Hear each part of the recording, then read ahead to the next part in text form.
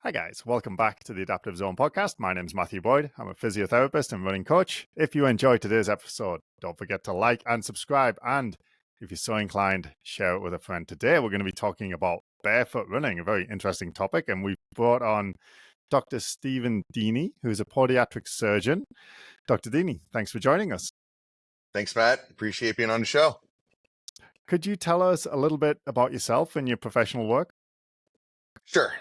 So, like you said, I'm a podiatric surgeon. I have been practicing for about 10 years now in New York. I have three little girls at home, all under the age of 4. And I have a beautiful wife, and I live in Suffolk County, and just finished the New York City Marathon just a couple of weeks ago. How did that go? Went very well, actually. So I want to go back into basically a little history on myself, in terms of the injuries I used to have and my running career. So Cool. I just wanted to start with, before I get into the marathon now, I want to start from the very beginning. So, All right, let's go way back. So we're not going to start at the end like they do in the movies sometimes. We're going to start at the start. exactly. So let's hear it. Where did it all begin? So back 10 years ago, 2013, a couple of my friends were doing half marathons. And I think that's everyone's start with a running career. It always starts with, let me sign up for a half marathon. I got a friend doing it or whatever. And, it's nice for camaraderie amongst your friends. So back then, this is before I had children and before I was married, single guy. So I did a marathon in 2013 and 2012. Both those marathons, that's when you Google half marathon training. I think probably Hal Higdon's the first thing that comes up. And I don't even think I followed that program very well. So I ran here and there. I probably ran about 3 or 4 days a week. My times were decent for not really training too much, around the 8:30 pace, nothing that great, but for not trying that much and being a casual runner, I thought that did the trick. And then, what happens is you get the itch after those marathons. Everyone starts talking about doing the full marathon. So in 2016, this is when I started dating my future wife. We did the marathon together.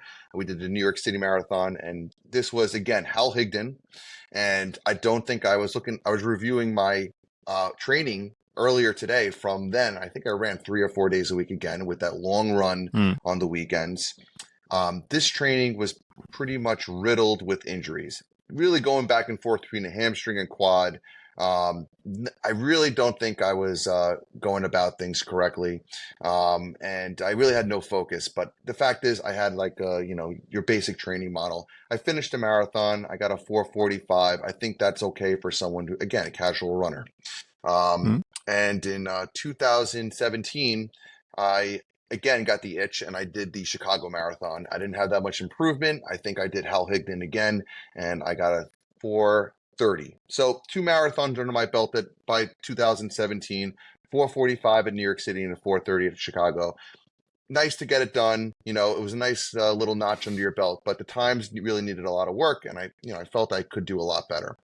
I'm going to go back in time now, again, 10 years ago. Okay. So this is all going to be related into the Barefoot training model.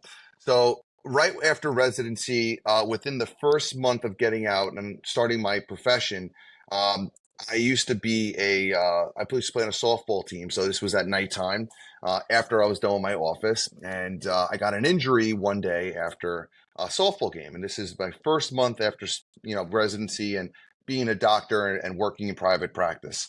So I basically was running home. I hit a home run, which was the good thing about this. But as I'm running home, I took a hard step on home plate. And when I did that, I ruptured my plantar fascia. Okay.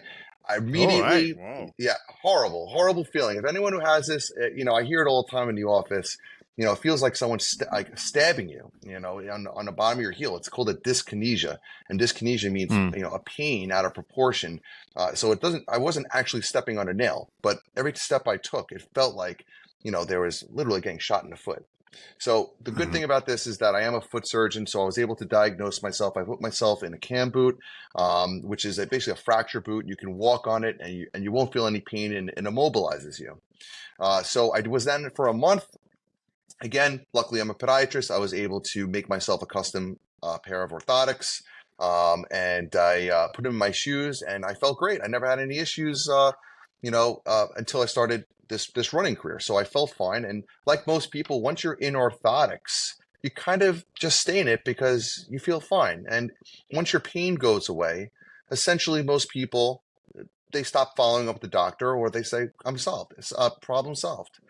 So now let's go back into October of 2017 during my Chicago Marathon training. So this is when I So started sorry, can I just get the timeline right? So you had the orthotics from what? From when? From which year? the year August of, because I remember this because it was right when I started my job. So Yeah. August of 2014, and I So from wore them 2014 to 2017, you had 2017. So the all orthotics. my Oh, training up okay. to that point had orthotics in the shoes, wearing, New Balance or Asics. I think I stuck with Asics for the most part. So Hmm. very cushioned shoes. I used the Cayenos, if you're familiar, and I had orthotics. Like this is like the orthotic with all the bells and whistles on it too. Because when I made it for myself, I said, all right, let me put everything in there, and they did work. They did its job. But I learned Yeah. a lot about podiatry, about foot injuries, especially running after I started really training for marathons, and I really learned a lot Hmm. more about biomechanics. So long story short, October happened, 2017. This is when I started saying to myself, I should say the training. So, maybe August, September, and October of 2017, leading up to the marathon. I Hmm. started adding speed workout into my workouts and for the marathon training. So I was getting some severe foot pain. This is at my first metatarsal phalangeal joint. So that's where the big toe meets the forefoot. Okay, and I was Hmm. getting this pain only when I went fast. So I was concerned. And most of the time I was talking to colleagues, and I was, you know, thinking, what do I do for someone who walks in my office? I usually give a cortisone injection, anti-inflammatories. I give an orthotic that usually allows for increased motion of the first MPJ, the first metatarsal phalangeal joint. But, I realized, I said, all that's not going to help me in terms of running. I want to get faster, and I want to build up speed. So the first thing I did was, all right, let me take out my orthotics and see how I am without, without the orthotics in there, because my plantar fascia is fine. I don't think I necessarily need these anymore. So I took them out, and I was running okay. Pain still was happening. So then I started really looking into my foot, and the one thing I did, which I never done before, I looked at my sneakers. I said, all right, let me take a quick look at this. And on every single sneaker out there, and I don't think people realize there's an anatomy of the shoe. In every company, the anatomy changes of the shoe. And each time you buy a new pair of shoes, your body has to compensate for whatever differences there are. So, number one, the heel in the back, it could be 5 millimeters high, it could be 3 millimeters high, and there could be a drop to the forefoot. And I was really staring at my shoe, and it kind of just came to me, and I'm like, all right. And in this case, the shoe had a toe spring, and what it was lifting up my big toe joint, so is impinging on that first metatarsal phalangeal joint. I know this might be a lot to understand, but basically, when I was running, and if I had a more high impact, I was leading to an impaction of that joint, and it was constantly happening every step. And this So was because of the shape of the shoe. this is because of the shape of the shoe. In the front of the shoe, and if you have a shoe, anyone who's listening, you look at your shoe. There's some shoes that are flat to the ground completely, and there's some with a toe spring. So most sneakers out there, they have a toe spring. So the toes What? kind of spring upwards. Yeah. So I can show for anyone watching, Perfect it's just like example. if I put that flat on the ground, the toes would actually be lifted up from the ground, right? So if I put Exactly. yeah, it's just if you lay your shoes on the ground, the toes actually won't be touching the ground; they'll be lifted up a bit, kind of curved up. Am That's I getting that perfect. right? That's what a toe And spring keep is, yeah. keep that there actually, because if you look at it now, there in the back, there's a height in the heel. So that's lifting Yeah. up your heel, but putting more pressure on your forefoot. And Oh if yeah, you yeah, add the spring, now there's an yeah, apex of where that pressure was. And yeah. for me, that's where it was on my first MPJ. And I took an X-ray of my foot, and it turns out I have a little bit of a bone spur, so I was predisposed to this issue. I Um, might I'm just gonna, because I know most people listen to this, I'm just gonna try and explain this audio friendly. So in the back of the shoe, your heel is lifted up a bit by the cushioning, right? So the back of the running shoe, usually the cushioning is a bit higher and then it gets lower towards the front. So almost like high heels, but like nowhere near that degree. It's usually you're dropping about 5 or 10 millimeters from the heel to the toe. So you've got more cushioning in the back and that drops your foot forward to the front. But then before you get all the way to the tippy toes, the toe spring curves the toes back up. So you've got this kind of point at the base where that's the kind of lowest point. And that is where your first MTP joint is, which is the joint between your toes and your foot. And that is where the pressure was collecting. Am I describing that well for people listening? Perfect. That's great. And Okay, for cool. some people, they'll do fine, never have an issue. But for me, I'm more predisposed to it. I have a condition called, you've heard of this before, it's called hallux limitus. And I have a little bit of a bone spur at this joint. So these shoes would make my condition worse.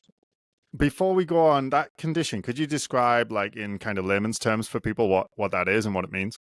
Sure. So this is kind of like a limitation of your range of motion of the big toe joint. So if someone who does, like, let's say downward dog, or they wanted to lift up their toe joint, they actually have a limitation. Most of the time it's a bone. So you actually develop bone spurs at the top of that joint, and then you cannot lift your toe joint to normally function. So some people do fine with this. Other people develop, if this goes on for years and years and it's not addressed, it leads to arthritis, which may need surgery at one point. A really good early warning sign I've found for this is lunges. If you have trouble doing lunges, like your toe bends and you can't do it because it hurts, the back foot, I've noticed that's kind of an early warning sign because it requires a lot of that toe movement. And if you don't have it, if you're developing stiffness there, that lunge is an early warning sign because it requires more than typical running and that kind of stuff. So if anyone's having pain in their big toe when they're doing lunges in the back foot, that's the kind of stiffness that we're referring to, right? Exactly. And downward dog, that's the other thing I hear. And the other thing that may develop is like a callus on the inside of your toe, because instead of pushing off the bottom of where your toe has all its has like the cushioning, the fat cushioning, you're rolling off on this side. Okay, and you start to develop a callus in that area. Yeah. So anyway, I had this condition, and I said, all right, I'm not going to change anything up. I'm going to run this marathon. Everyone always says never change up your shoes drastically while you're in training. So I just didn't do the speed work. And then I got the results I pretty much would expect, is really not that much improvement in time. So I was a little discouraged, but I said, okay, I got to make a change, and I'm going to make it after this training. So this is when I started doing my research, and I started buying a couple of marathon training books. I think Advanced Marathon Training was one thing. Didn't really address, besides a little blurb on Barefoot shoes. I think, Jack Daniel's formula or the method book. I bought that too. But then I read, and this is classic. I know you're gonna expect me to say this. I read Born to Run, and that is when I said, okay, like the light bulb went off, and I said, all right, I'm going to make a change. I'm going to make a real change, but I'm going to do it scientifically. And we were talking about this earlier. Our Garmin watches, it's a data king, and it really is incredible if you really want to watch improvement in running. But in this case, I was, kind of working on switching to barefoot shoes and doing it in a scientific way. So with everything I was learning about, I read a couple of books, like I said. So I said, you know what, let me incorporate this with a zone 2 training, which I never done before. Got a heart rate monitor. And like most people, it's kind of shocking when you start zone 2 training and doing aerobic training, because you're so slow. So I put pretty much a time limit on my watch where I said, all right, this is my zone. If it goes into zone 3, there's an alert that happens on my watch to stop me and slow down. And that was crucial in keeping this. And at the same time, I said, all right, let me try some barefoot shoes. On a side note, I actually, after I read the book, I called up 2 places. I called Vibram. I said, all right, I'm a foot surgeon. Let me see if I can speak to someone in marketing and whatever. So Vibram actually sent me a bunch of pairs of shoes, and, they were very happy. Yeah, they were happy with me to try this. So that was the first shoe I tried. I also just randomly saw on Shark Tank, Steve Sashin from Zero Shoes. The Zero, yeah. Yeah. So I said, what are the odds of this? And he was on Shark Tank. And at the time, me and my wife were watching Shark Tank. So I was like, all right, let me give him a call. I called him up. He picked up, I think I spoke to one of the people answering. I said, I would like to speak to, Mr. Sashin. I'm a podiatrist. He happened to be working with another podiatrist in my practice who was in New York City. It's just random. And so I'm like, Huh. her name's Emily Splickle. But I was like, this is very interesting. So she's working on something similar to like this Barefoot, program, not with running, but with something else. So I said, all right. He was willing to talk to me. And again, he sent me a free pair of shoes. I bought a lot of pairs off Steve since then, but he hooked me up with my first pair. And anyway, I had all these companies send it to me. So it was kind of easy for me to get into it. So Cool. So before we move on there, can you describe these shoes? Because like Zero and Vibram, they're very much what I would call like a barefoot shoe, which is basically just nothing except some rubber that'll protect the skin. Am I right there? absolutely. So the only difference is like the styling. The Vibrams are the classic shoe that was this book, Born to Run. They basically wrote about the Vibram five fingers, so each toe is separated. They're fantastic. They're great. Obviously, the style is very interesting, and it's not for everyone. I don't wear them to work. I just wear them to running. Zero shoes look exactly like a regular shoe. There's no five finger separation, but all these shoes are zero drop, meaning that the angle from which the heel to the foot is level and there's no drop. Okay, there's no Hmm. increase, there's no millimeter increase at the heel. So these are flat. And no These are cushioning supposed to also. no cushioning. You do have obviously the rubber bottoms, but I was in New York City at the time when I was first starting to use them. So you felt the initial use, you really feel every crack. They're at times Hmm. uncomfortable, but you feel everything. And it's supposed to mimic natural movement when you're walking barefoot outside. Again, I'm going to clarify here for the listeners because there's a lot of shoes now. If you think of your Ultras and some of the Hawkers and stuff, they are zero drop and they're wide toe boxed, meaning they're very wide at the front end where the toes are, but they have a lot of cushioning in. So I wouldn't call them a barefoot shoe by any means, but something like Zero, Vibram, Vivo Barefoot make shoes like this where it's basically just some protection for your skin, but there's no cushioning, there's no drop, there's no support. It is basically like wearing nothing except your skin is protected. And I would sort of separate them from minimalist shoes where you might think of something like Ultras, right, where they have cushioning but they don't have a ton of support. Is that how you see it too? Actually, so I had someone today who came in with Altras, recently had a bunion surgery with me, and that's what I recommend after bunion surgery because it allows the foot to naturally splay in a shoe, and it gives a little extra. It's a little wider, where you're going to have a little more swelling at the surgery site. They are definitely not minimalistic shoes. They had a lot of cushioning actually, so they were zero drop, but the cushioning was like it was pretty thick on the bottom. If you look at them quickly, Okay. there's some versions of Altra that have they kind of look like a Hoka from a distance. They have a lot Yeah. of support on there. So they're certainly not minimalist, but it's a great cushion shoe that allows you to display the forefoot in a natural way, as opposed to being But cramped this up is like most shoes. and this is not what you were doing. You were going for the really barefoot kind of style. So like um Correct. Vibrams and Vibram Five Fingers and the Zero shoes, which are basically like running in bare feet, and that was where you'd started at this point in Correct. time. So when I Okay. first got the shoes, I obviously said to myself, because I looked up Vibrams after I read Born to Run, and I think they had a couple lawsuits against them for increase in foot pathology, stress fractures, etc. So I said, all right, I'm going to do this right. I'm going to do this once, and I'm going to do it right. So the first month I got the shoes, first thing you do, you put them on and you test them out. Obviously, I went outside and I go, this is uncomfortable. So used them as, yeah, I said they're too much, but I really wanted it to work. So I said, all right, I'm going to use them as slippers for about the first couple of weeks and get used to them. Pretty easy. I'm usually barefoot in my house anyway, but I use them as slippers. And then I said, all right, now I'm going to start wearing them, outside. I lived in, do you see me? I do. I think we had a little break there, but I think we're Yeah, I back. got a phone call. I'm sorry about that. Oh, I that's tried okay. to So anyway, I use them around, I don't know where we got cut off, but I use them as slippers initially. Then I Yep. use them around my neighborhood for just casual walking. Nothing crazy. I was near my house. So if I knew, all right, I'm having some pain right now, or this is getting a little uncomfortable, let me go home, go back to my regular shoes.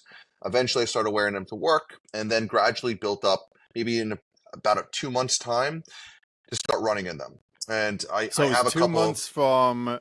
I just want people to get a sense of the timeline. From the time you decided that you were interested in doing this for running, it was actually 2 months before you were able to do any running. Before that, you were just wearing them for walking and around the house. Is that right? yeah, It so was two 2 months months. from the Okay. day they got delivered to my house to when I decided to run, that's the transition it took. 2 months of transitioning into them until I was like, all right, I'm wearing them all day at work. I'm wearing them all day. I'm not wearing any other shoe at this point. And that's when I said, okay, I'm good to go. I'm going to start running in them.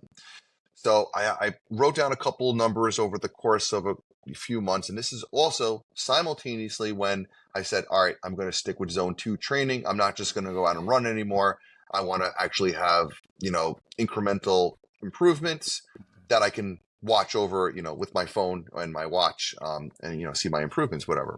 So April 26th was my very first day going on a run. This is 2018. My first run was 3 miles, 12:36 pace, which I think Nice is and easy. terrible. So that's it's nice and easy, but for most people when they run and they have to run zone 2, it's very painful. I think the running that slow is quite painful. And you have to have a lot of patience, and you have to put your ego in aside for a while and say, all right, you're investing in yourself. I know at this point, you know, you're going to have to give in a little bit and change up your training or what you're used to. So I wasn't used to seeing those numbers. I usually run like a Mm. 9-minute pace for casual Yeah. runs. This is 3 miles slower. So a month later, I was down to 11:50. A month after that, this is now June 2018, I'm down to 11:30. So in a matter of 2 months, I went from a 12:25 or 12:36 around there to 11:41. All right. So So this is your then, first few months in these barefoot shoes, and how much were you running? Like how much volume were you running at that time? so I was running, I wasn't running too much volume, but I was running every day, a little bit every day. So I think I had like one Okay. long run, not that crazy, maybe 5 to 7 miles, and but around 5 to 6 days a week. So the one thing I realized with aerobic training is that you can train daily because you really don't need that much recovery after these runs. And I felt pretty good. Yeah. My foot was feeling I transitioned to the shoe for daily activities. I felt like my foot was comfortable to run in, and I really didn't need too much time to recover between these runs. Um, but September came around, and I think by time, I'm looking at September 2018, now my time started getting a little bit better. I was under 11 minutes, so I was like in the upper tens. So again, this is nothing impressive, but again, it's a huge change. And I have to say, one important thing about this is I stopped using cushion shoes. I didn't use Mm. cushion shoes after this. So I was sticking with barefoot shoes at all times, including work. And when I was going out at night, I still wore the same shoes. I didn't How did your wear, feet feel? So initially, when I first started wearing them around the house, I definitely felt, you felt discomfort. You feel a soreness at the end of the day. It's kind of like working out in a way, and I kind of enjoyed it for that reason. So if you go to the gym and you feel the soreness when you got home, you know you did a good job. You said, all right, or the next day. Like I know I worked out hard because I'm sore. So my feet were feeling sore. So it's the same thing. You're working out your feet. And I did notice my foot was getting a little bit bigger and wider as time went on when I wore these because I felt like, the muscles were now starting to fire and finally work and not being in a closed shoe gear. So I know like, all right, something's working here. So when I was doing the runs, I never really pushed it. I should also say one thing I did notice with these runs was automatically you stop your heel touch gait or your strike, and you automatically become a midfoot, forefoot runner. So, this is one great thing about these shoes. It automatically teaches you to, become a forefoot, midfoot striker, which is great because it gives your heels a break. But with that said, now your Achilles tendon is firing quite a bit. So how did I feel? One thing I noticed initially was that my Achilles tendon was really sore after running, and I had to do some type of stretching or recovery when I got home, whether it be foam rolling, using a lacrosse ball on the bottom of my foot, and a lot of stretching. Because now you're Hmm. really firing that Achilles tendon the way your anatomy wants you to. Um, because when you're in a cushioned shoe, I mean, it's totally unnatural. You're lifting your heel off the ground 5 to 10 millimeters, and it's only firing after that cushion completely compresses and then pushes off. And not only that, Hmm. it's completely shortened during this whole entire motion. So you're really not using your Achilles tendon the proper way. And you figure if you just started using barefoot shoes recently, you realize, all right, I probably never was using my Achilles tendon properly in the Yeah, the way past. I explain it to people is like, if you're using a very cushioned shoe and you strike hard with the heel, then the cushioning will take half of the job that the Achilles and the calf would do. That first part from landing until mid stance, where your Achilles and calf would usually have to work to absorb that impact, will be mostly done by the cushioning. And then once you reach mid stance, so you're halfway through the step and ready to start propelling yourself forward, then your calf will kick in the normal way. But in your cushion shoes, you only do that half. If you run in barefoot shoes, now you have to use your Achilles tendon and your calf to do that first half, that absorption, and the second half. So you're essentially doubling the workload and changing the workload. But an easy way to think of it is you're doubling the workload. And that was my experience as well when I started running in barefoot shoes, minimalist shoes. I used the Vivo Barefoot brand because they were big Mm-hmm. in the UK at the time. My calves were so sore. It was insane. I could not walk the next day because my calves were so sore. Hey, same Fortunately, with my me. Achilles tendons could adapt and they were okay, but the calves were really bad. But that's to be expected. That's the one thing you have to expect with it. It's going to happen, and if you know you're going to do this transition, you hammer it. You're like, all right, I got to work on my Achilles tendon. That's one thing that's going to come with this. But you saving your knees. So, like I said before, you switch to a 4 foot mid foot striker. Now you're not doing that heel strike anymore, where all the impact goes straight to your knees. Now your Achilles tendon's taking all that impact. So anyway, right when this happened, I wanted to fast forward back in 2019. So I said I started this process in April 2018, consistently running for quite a while until March of 2019. I did the New York City half marathon.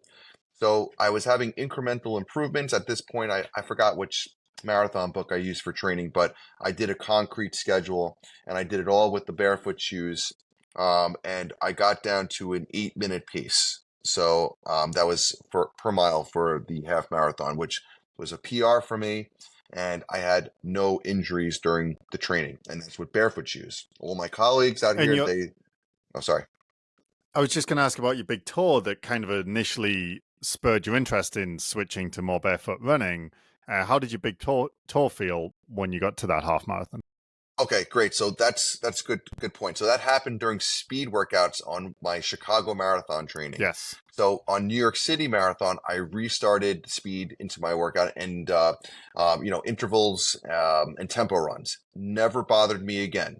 Hmm. This issue has not been an issue since I made the switch because now it's zero And there's drop. So yeah, I was going to ask, like anatomically or biomechanically, what do you attribute that improvement to? all right. So if you only have a certain amount of range of motion of that big toe joint. Okay. So if you Hmm. lift up the heel and you also have a toe spring in your shoe, so if your foot is at this point in the baseline, there's no movement. You can't do it. Yeah. Right. Yeah. Now, once I'm with everything's you. flat, now you have a full range of motion. You can use that whole Yeah. joint the way it's supposed to. So there's Yeah, I think not if I one can point. explain that for the listener. So again, if we come back to we've almost sort of wedged up the heel and we've lifted up the toes, you've used quite a lot of whatever range of movement you have in that toe. And if it's limited, like yours is, you don't have enough left for when you're running to sort of lean forward over the toe and bend it more. So you're kind of hammering it up against the end of its range. So what you did is you dropped the heel down and you dropped the toe down to flat. So now when you lean forward and bend the toe, you have enough range to do that. It's not jamming up against its end of range. Does that Exactly. sound right? Okay, cool. It's perfect. And the thing is, the more you do this, you're actually going to gain a little bit more range of motion over time because now, like I said, you're doing a 4 foot midfoot strike, and every step you take, you're using that full range of motion, and you're almost retraining your body. So, Hmm. I know it was a long, drawn out story, but in the It's end, going since well, though. I think then, it's we're hitting all the bits that we need to understand why this is relevant. and now I talked about all great things. Sounds like these shoes are incredible, right? So my times are getting better. It started off really, really slow, and it took a couple of injuries to get there. So, like I said, I had a plantar fascia rupture. I had multiple quad and hamstring injuries during my New York City marathon training. Chicago Marathon, my big toe joint was killing me. Now I switched to barefoot shoes. Did it in a very appropriate, scientific way, slowly progressing towards it. And then after almost a year, it's 11 months after starting to doing a real race, where I said, all right, I'm finally there. And, since then I've committed to the shoes completely. I never wear cushion shoes. I only wear barefoot running shoes. So I consider myself a success story in terms of this. So I just ran the New York City Marathon and injury free. I felt great. A couple little, times I had a little bit of second MPJ, so the joint next to the first MPJ. I was having a Yeah. little pain here and there. It scared me in the beginning because I had it the first couple of weeks of training, but it went away. It was more or less just the increase in miles. I did the Hansen method, where it's not a Oh 10% yeah. increase in miles. It's a lot more of an increase after the 4 week spot. So at that point, it just, I think, was normal wear and tear on my body, but I wouldn't call it an injury. I'd call it a setback. I think I missed 3 runs this whole entire training cycle. I got a 3:54, so I almost beat my PR, Nice. my previous marathon by an hour. Almost came close to an hour. So, and That's now I want to do more fantastic. of this. So now I really want to get into it. Now Awesome. I have 3 kids. So I run with a double stroller, or I have to get up at 4:30 in the morning to do my runs before they get up. So Yeah. it's a little different, this training now, but I'm really into it now. I want to continue, try to get down to that Boston qualifier time if hopefully I have enough time to train. But I consider myself, when it comes to barefoot shoes, a success. But Okay. So there's a huge yeah, but. yeah, go for it. So obviously, I wear my shoes all day long. I have people coming to see me in my office, and everyone always asks, because I always recommend certain shoes to them, and like, well, why aren't you wearing them? And I'm like, well, there's a big difference between having a foot pathology and going to see a doctor, or having an injury, and then saying, all right, yeah, I'm going to switch to a barefoot shoe at this point. This is the absolute worst time you could switch to shoes. And I will say, I have told every patient in my office, so I really want to try barefoot shoes. I think it's great, and you sound like you're a big fan of them. I said, all right, well, you're coming to me today with an issue, your plantar fasciitis, or you're coming in with, a hammer toe deformity, a bunion deformity, and God forbid a stress fracture from running. And, it's an absolute no. I always tell people you have to first treat your injury, and that is not treating the pain.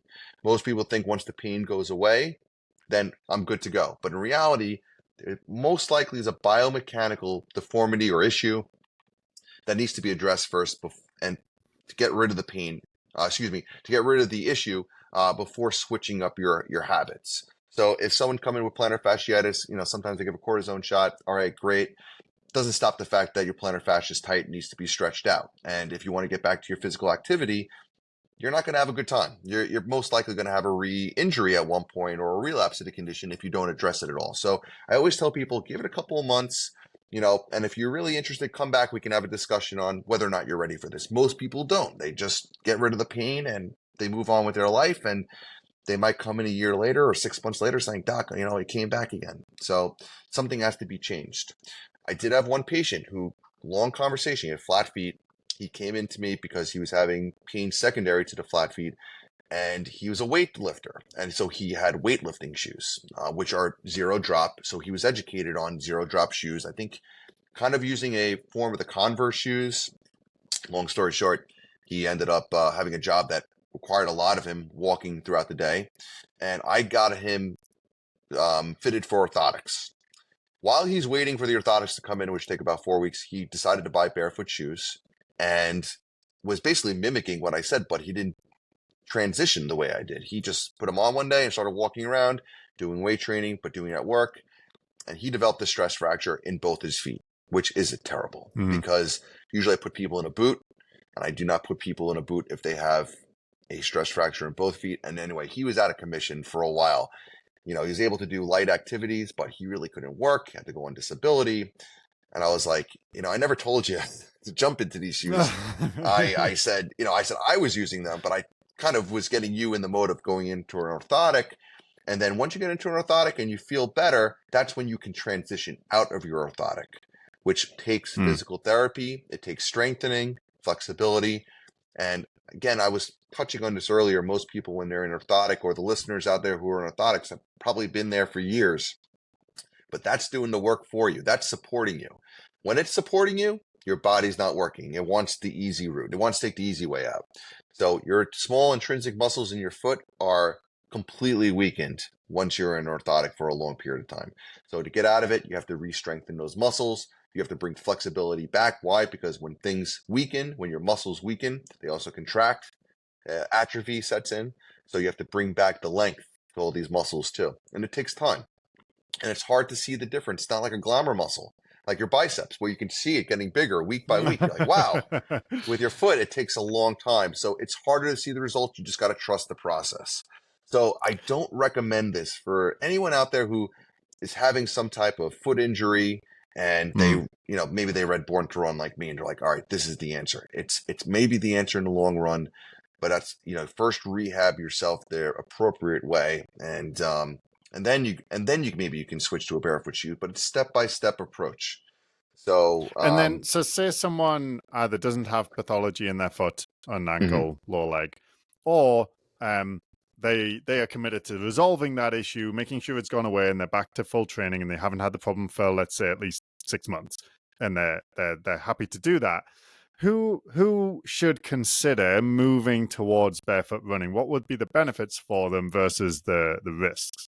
Okay, so this is a good question, and it has some multiple answers, I think. But one thing I have to say, this is for someone, number one, outside of a training cycle. It has to be in your off season, and you have to give yourself months to get used to this. So it might take 3 months, maybe for an expert runner, someone who's training on a regular basis. You might be able to transition sooner. I'm sure your foot and your extrinsic and your intrinsic muscles are probably ready for this. But more casual runners out there, I would give yourself outside the training cycle, get used to it, and give yourself at least maybe 3 to 6 months before considering training and see how you feel from there.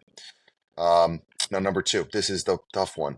I don't think the barefoot running shoes are meant for someone who 90% of the day is wearing a closed shoe with cushioned or a high-heeled shoe and then does running at night. I think that's asking for trouble because, frankly, your body has to adapt to changes. So if you wake up in the morning and you're putting on a dress shoe to go to work in lower Manhattan, and you're taking the train over there, well, your foot gets used to that. Your body is adapting to that throughout the day.